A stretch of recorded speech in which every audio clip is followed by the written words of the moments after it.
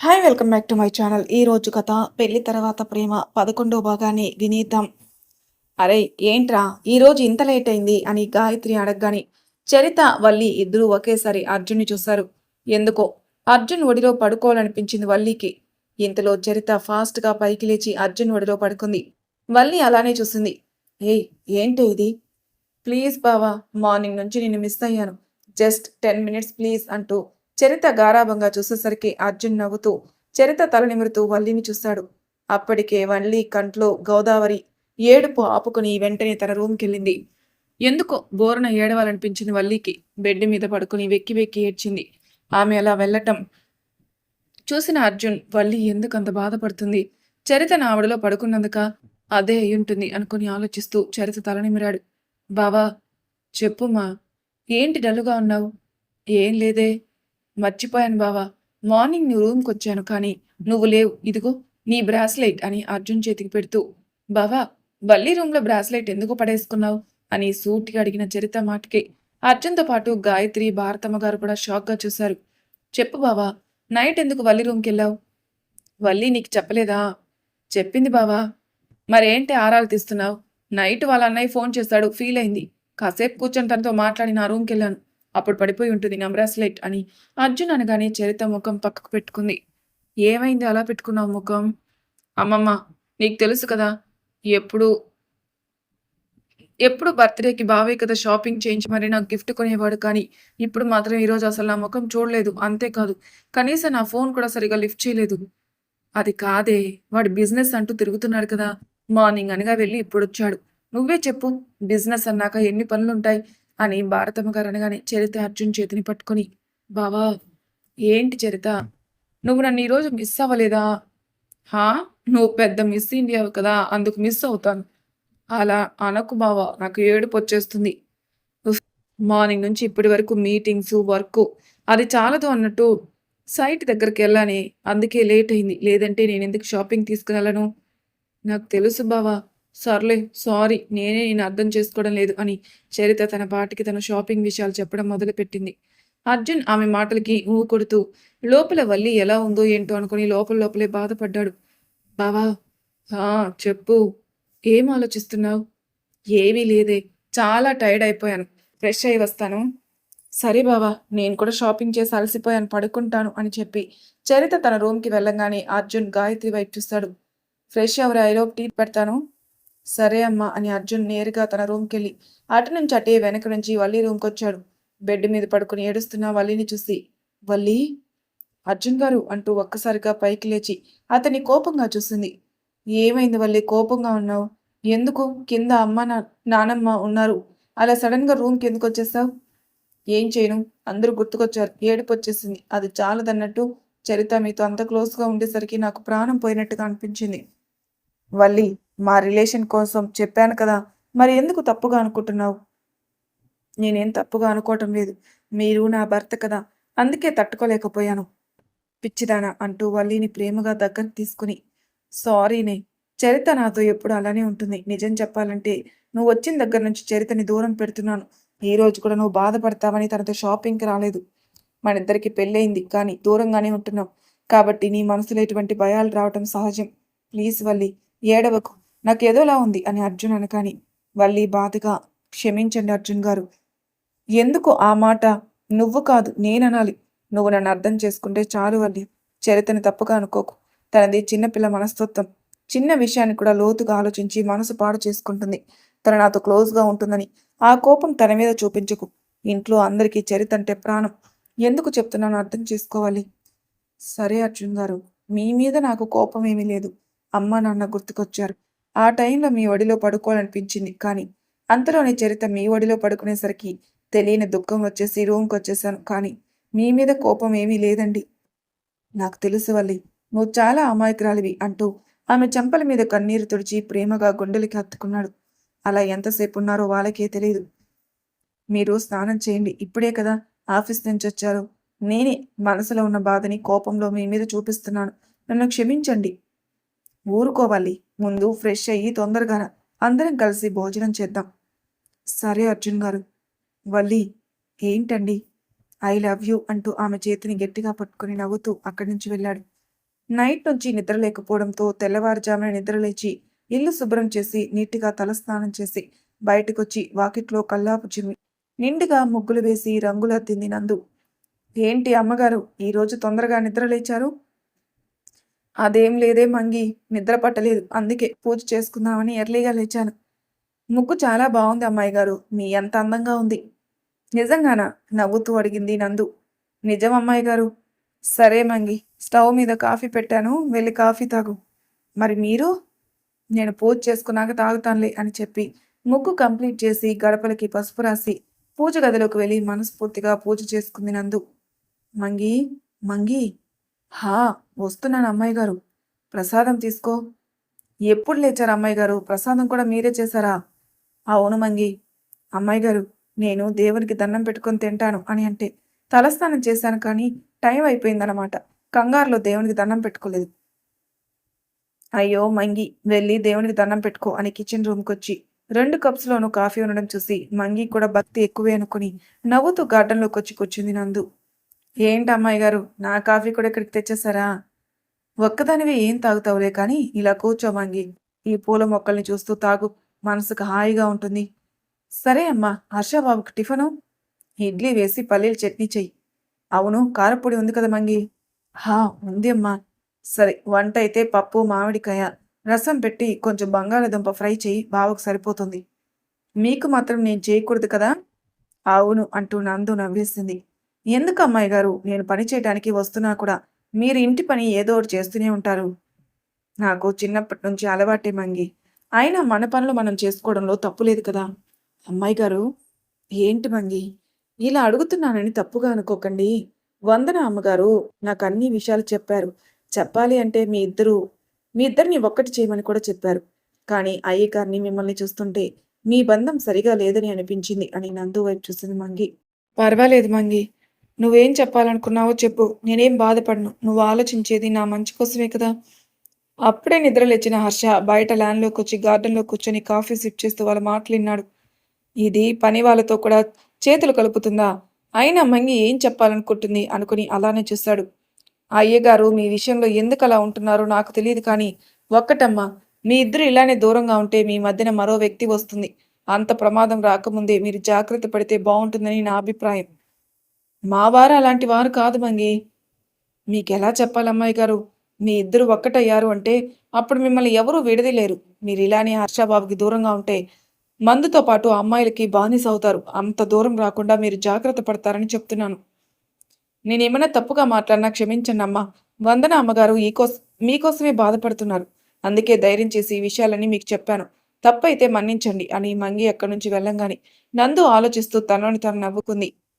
"పిచ్చి మంగి, మా బంధం ఎప్పటికీ శాశ్వతం కాదు" అనుకుంది. నందు నవ్వు, మంగి మాటలు విన్న హర్షకి నందుపై విపరీతమైన కోపం వచ్చింది. ఇది నన్ను పొందడం కోసం చాలా స్కెచ్‌లే వేస్తుంది. సిగ్గు లేకుండా ఎలా నవ్వుతుందో. ఇంట్లో అందరూ మంచివాళ్ళే. ఇదొక్కరితే కలుపు మొక్కలా పుట్టింది అనుకుని హర్ష కోపంగా జిమ్ రూమ్‌కెళ్ళాడు. కాసేపు గార్డెన్‌లో కూర్చొని లోపలికొచ్చింది నందు. "అమ్మాయి గారు." "ఏంటి మంగి?" "అయ్యగారికి టిఫిన్ వండుతున్నాను. కాస్త కాఫీ ఇచ్చేస్తారా?" అంటే "చేతులకి పిండుందమ్మా." "సరే మంగి" అని ట్రేలో ఉన్న కాఫీ కప్ తీసుకుని హర్ష రూమ్‌కొచ్చింది నందు. నైట్ భోజనం అలానే ఉండడం చూసి హర్ష తినలేదని అర్థమై ఆలోచిస్తూ జిమ్ రూమ్‌కొచ్చింది. మ్యూజిక్ వింటూ జిమ్ చేస్తున్నాడు. "ఏవండీ" అంది. "ఏవండీ" అంటూ 4 సార్లు పిలిచింది. హర్ష అస్సలు పలకలేదు. తప్పక మ్యూజిక్ ఆఫ్ చేసింది. "ఏం కావాలి?" ఆమె ముఖం చూడకుండానే అన్నాడు. నందుకు అర్థమైంది హర్ష కావాలని పలకలేదని. "కాఫీ" అంది. మౌనంగా ఉన్నాడు. "మిమ్మల్ని కాఫీ" అని నందు అనగానే కోపంగా వెనక్కి తిరిగి, "మనిషివేగా, ఒక్కసారి చెప్తే అర్థం కాదా? ఎందుకు నా పనులు చేస్తున్నావు?" "మంగికి ఖాళీ లేదు. అందుకే నేను తెచ్చాను. లేదంటే మీ పనులు నేనెందుకు చేస్తాను?" "ఎందుకు చేస్తావు? నన్ను సొంతం చేసుకోమని నీ చుట్టూ ఉన్న వాళ్ళందరూ బాగా నూరి పోస్తున్నారు కదా." "ఏం మాట్లాడుతున్నారు?" ఏమీ తెలియక అడిగింది నందు. "అబ్బా! నీ దగ్గరున్న వేషాలు నా వల్లి దగ్గరుంటే బాగున్నే. మా ఇద్దరి జీవితాలు చాలా సంతోషంగా ఉండేవి. కానీ ఆ దేవుడు ఎప్పుడు చెడ్డవాళ్ళకే కదా రోజులిచ్చేది. పైకి ఏమీ తెలియనట్టు నంగనాచిలా ఉంటూ లోలోపల మాత్రం వెయ్యాల్సిన వేషాలన్నీ వేస్తారు. మీరేదైనా మాట్లాడాలనుకుంటే ముక్కుసూటిగా మాట్లాడండి. అంతేకాని ఇలా డొంక తిరుగుడు ఎందుకు?" "నేనెందుకు మాట్లాడుతున్నానో అర్థం కానట్టు ఎక్స్‌ప్రెషన్ ఇచ్చి చస్తున్నావు కదా." "ఏవండీ, హేయ్ ఆపు." ఏవండి ఏవండి అంటూ నా వెనకే ఉంటూ నాకే గోతులు తీస్తున్నావు. నిన్ను చంపేసిన పాపం లేదు. సుఖం కోసం ఎంతటి నీచానికైనా దిగజారుతావు. నా దృష్టిలో నువ్వు అసలు ఆడదానివి కాదు. అసలు ఎలా పుట్టేవి నువ్వు? మౌనంగా ఉంటుంది. నేను దూరం పెడుతున్నానని ప్లాన్స్ మీద ప్లాన్స్ వేస్తున్నావు కానీ నీ మనసును మాత్రం మార్చుకోవటం లేదు కదా. కాఫీ తీసుకుంటారా తీసుకోరా? అతని మాటలు వినే ఓపిక లేక అడిగింది. ఛీ, నీతో మాట్లాడుకున్న వేస్టి అని నందుని పక్కకి నెట్టి కోపంగా అక్కడి నుంచి వెళ్ళాడు హర్ష. అతను అలా పక్కకి నెట్టడంలో వేడివేడి కాఫీ తన చేతి మీద వలగడంతో కాఫీ కప్ వదిలేసి చేతిని చూసుకుని బాధపడింది నందు. అక్క, నిన్ను వదిలేసి వెళ్ళిపోతే నేనేం చేశాను బావా అనుకుని తన రూమ్కొచ్చి చేతిని షింక్ దగ్గర పెట్టి కంట్లో తడి తుడుచుకుంది. చెయ్యి ఎర్రగా కందిపోవడంతో ఉఫ్ ఉఫ్ అంటూ ఊదుకుంటూ చేతికి ఆయింట్మెంట్ రాసుకుని బెడ్ మీద కూర్చుంది. హర్ష మాటలు గుర్తుకు రాగానే గుట్టకలు మింగుతూ సీలింగ్ కేసు చూస్తూ అలా కళ్ళు మూసుకుంది. చెంపల మీద కన్నీరు ఎంతకీ ఆగటం లేదు.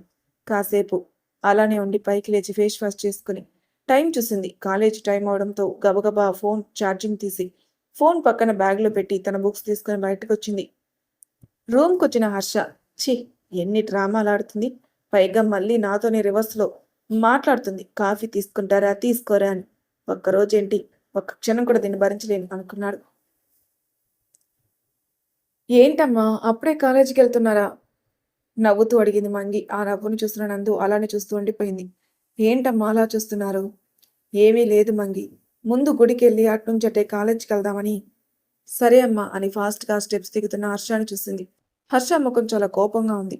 చూస్తుంటే ఇద్దరి మధ్యన ఏదో జరిగింది. అమ్మాయి గారి ముఖం అంత సంతోషంగా లేదు అనుకుంది మంగి. Sir, tiffin పెట్టమంటారా? మంగి మాటకి కోపంగా ఒక చూపు చూశాడు హర్ష.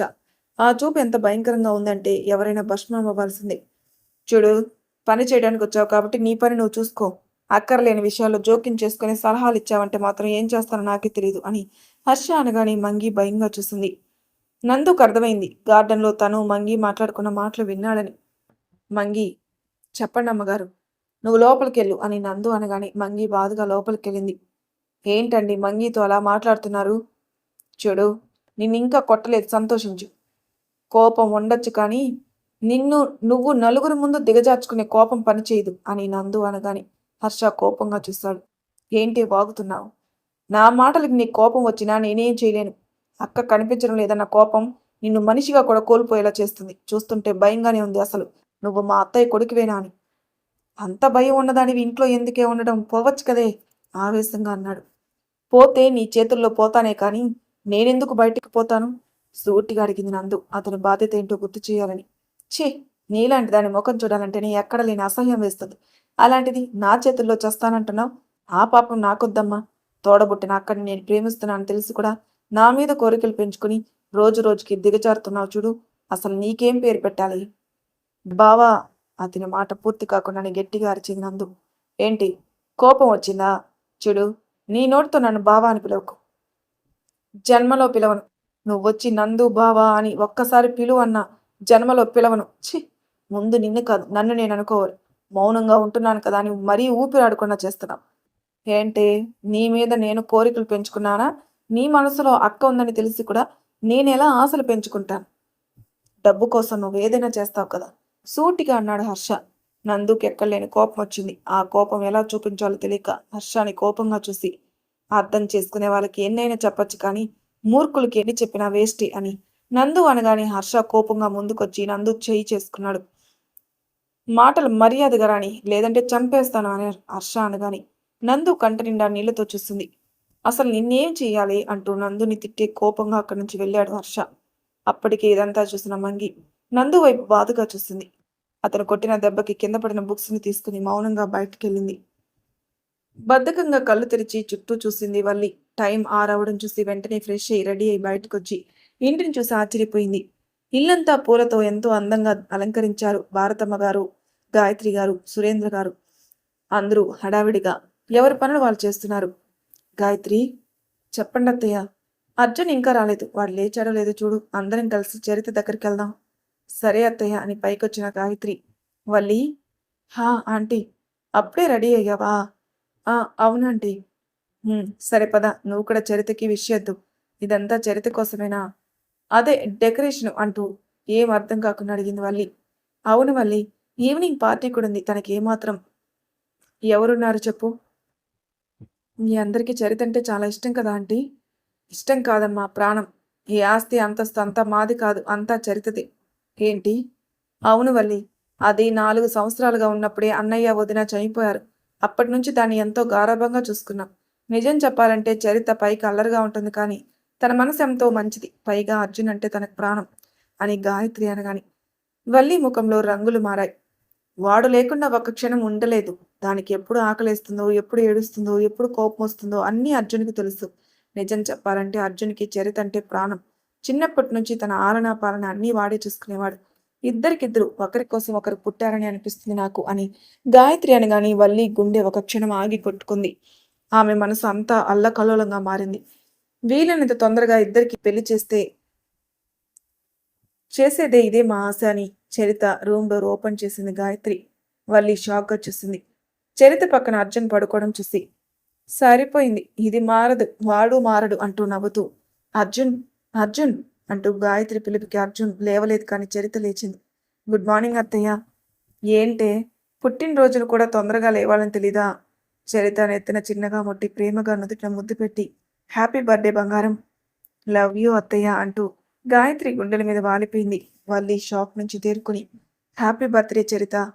Thank you Valli. బావేంటే నీ దగ్గర పడుకున్నాడు అని గాయత్రి అడిగేలోపే, హ్యాపీ బర్త్‌డే బంగారం అంటూ లోపలికొచ్చారు సురేంద్ర, భారతమ్మ గారు. ఓ థ్యాంక్ యూ మావయ్య. థ్యాంక్ యూ అమ్మమ్మ అంటూ ఇద్దరిని ఒకసారిగా హత్తుకుని, ఎర్లీ మార్నింగ్ వచ్చి విష్ చేయడం బానే ఉంది గానీ గిఫ్ట్ ఏదమ్మా? నీకు మేమిచ్చినా నచ్చదు కదే, బావిచ్చిందే నచ్చుతుంది కదా. అబ్బా! అదేం కుదరదు. నా గిఫ్ట్ ఇవ్వాల్సిందే. ఇస్తాంలే కానీ, ముందు స్నానం చేసి రెడీ అయ్యి కిందికి రా గుడికెళ్దాం. సరే అత్తయ్య. అవును, ఇంతకీ నా మనవడు గిఫ్టేమిచ్చాడే? అబ్బా! చెప్పను. చూపిస్తాను. మీరందరూ బయటికెళ్తే బావ గిఫ్టేమిచ్చాడో చూపిస్తా. చూస్తుంటే ఈసారి భారీగానే కొట్టినట్టున్నావుగా గిఫ్టు అనుకుని అందరూ బయటకొచ్చారు. వల్లి మాత్రం ఈ లోకంలో లేదు. అసలేం జరుగుతుంది అర్జున్? చరిత అంటే ఫ్రెండ్ అంటావు కానీ, మీ మధ్యన ఉన్న రిలేషన్ చూస్తుంటే నాకలా అనిపించడం లేదు. నేను అర్జున్‌ని ఇష్టపడి తప్పు చేశానా? లేదంటే పెళ్లి విషయం చెప్తానంటే నేనే వద్దని చెప్పి నా జీవితం నేనే నాశనం చేసుకున్నానా? ఇలా రకరకాల ఆలోచనతో వల్లి మనసు ఉక్కిరిబిక్కిరైంది. వల్లి? వల్లి? హా! ఆంటీ చెప్పండి. ఏంటమ్మా ఏదో ఆలోచిస్తున్నావు? అబ్బే! ఏం లేదు ఆంటీ. సరేరా కాఫీ తాగుదు అంటూ గాయత్రి పిలిచేసరికి తప్పక హాల్లోకి కూర్చుంది. ఇంతకీ దానికి అర్జున్ ఏం గిఫ్ట్ ఇచ్చుంటాడు? అది చెప్పకుండా ఉండలేదు అత్తయ్య. చెప్పేస్తుందిలే. ముందు కాఫీ తాగండి అని గాయత్రి అనగానే వల్లి చరిత రూమ్ వైపు చూస్తుంది. నైట్ అంతా అర్జున్ చరిత దగ్గరే పడుకున్నాడా? ఆ ఆలోచన రాగానే వల్లికి ప్రాణం పోయింది. ఇంతలో చరిత బయటికి రావడంతో అందరూ షాక్‌గా చూశారు. నెమలి కంఠం రంగు పట్టుచీర, సింపుల్ జ్యువెలరీ, మ్యాచింగ్ గాజులు. నిజంగా చూడ్డానికి చరిత ఒక దేవకన్యలా అనిపించింది. వల్లి కూడా చరితను చూసి షాక్ అయింది.